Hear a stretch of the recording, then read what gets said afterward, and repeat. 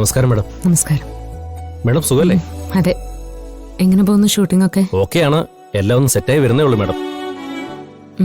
അതുകൊണ്ടാ മേഡത്തെ കാണാൻ ഇറങ്ങാൻ വൈകിയത്. ഓ, ഇരിക്കും രണ്ടുപേരും. ആ,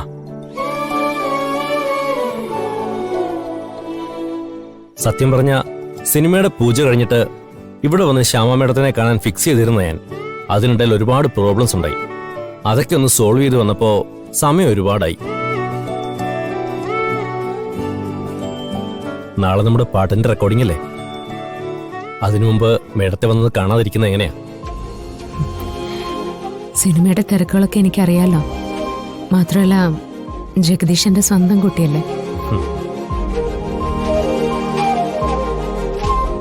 നമ്മൾ തമ്മിൽ എത്ര വർഷം മുമ്പായിരിക്കും കണ്ടത്? എനിക്ക് നല്ല ഓർമ്മയുണ്ട് മാഡം. 2009 ഡിസംബർ 5-ാം തീയതിയാണ് നമ്മൾ തമ്മിൽ കാണുന്നത്, മേരിമാത സ്റ്റുഡിയോയിൽ വെച്ച്. ഞാൻ ആ പടത്തിലാ ആദ്യമായി അസിസ്റ്റന്റ് ഡയറക്ടറായിട്ട് ജോലി ചെയ്തത്. നല്ല ഓർമ്മയാണല്ലോ.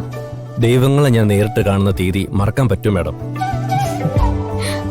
എടുത്തി കുടിക്കാൻ എന്തെങ്കിലും എടുക്ക. സോറി മാം, ഞങ്ങള് ഷൂട്ട് പാക്കപ്പ് കഴിഞ്ഞ് ഒന്നിച്ച് ഭക്ഷണം കഴിച്ചിട്ടാണ് ഇങ്ങോട്ട് വന്നത്. ഓ, ജഗദീഷ് ഒരു ഹിന്ദി ഫിലിം കൂടി അനൗൺസ് ചെയ്തിട്ടുണ്ടല്ലേ? ചർച്ചയിലുണ്ട് മാഡം. പിന്നെ നോർത്തിലെ കാര്യമായതുകൊണ്ട് നമുക്ക് അങ്ങനെ ഷൂർട്ടി പറയാൻ പറ്റില്ലല്ലോ. ഇതിപ്പോ തമിഴല്ലേ? ലാംഗ്വേജ് നോക്കുമ്പോ തമിഴ് റിലീസാ. പക്ഷെ ആക്ച്വലി ഇത് ഒരു മലയാളം തമിഴ് കോമ്പിനേഷനാണ്. ഓ, തമിഴ് നായകൻ മലയാളത്തിലെത്തി ഇവിടെ നിന്നൊരു പെൺകുട്ടിയെ അങ്ങോട്ട് കൂട്ടിക്കൊണ്ടു പോകുന്നു.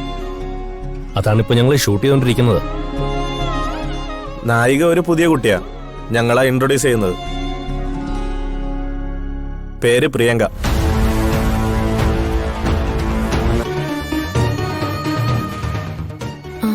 എവിടുത്തെ കാര്യം ഈ കുട്ടി? ഇവിടെ തൊട്ടടുത്ത് തന്നെ അവരുടെ തറവാട്.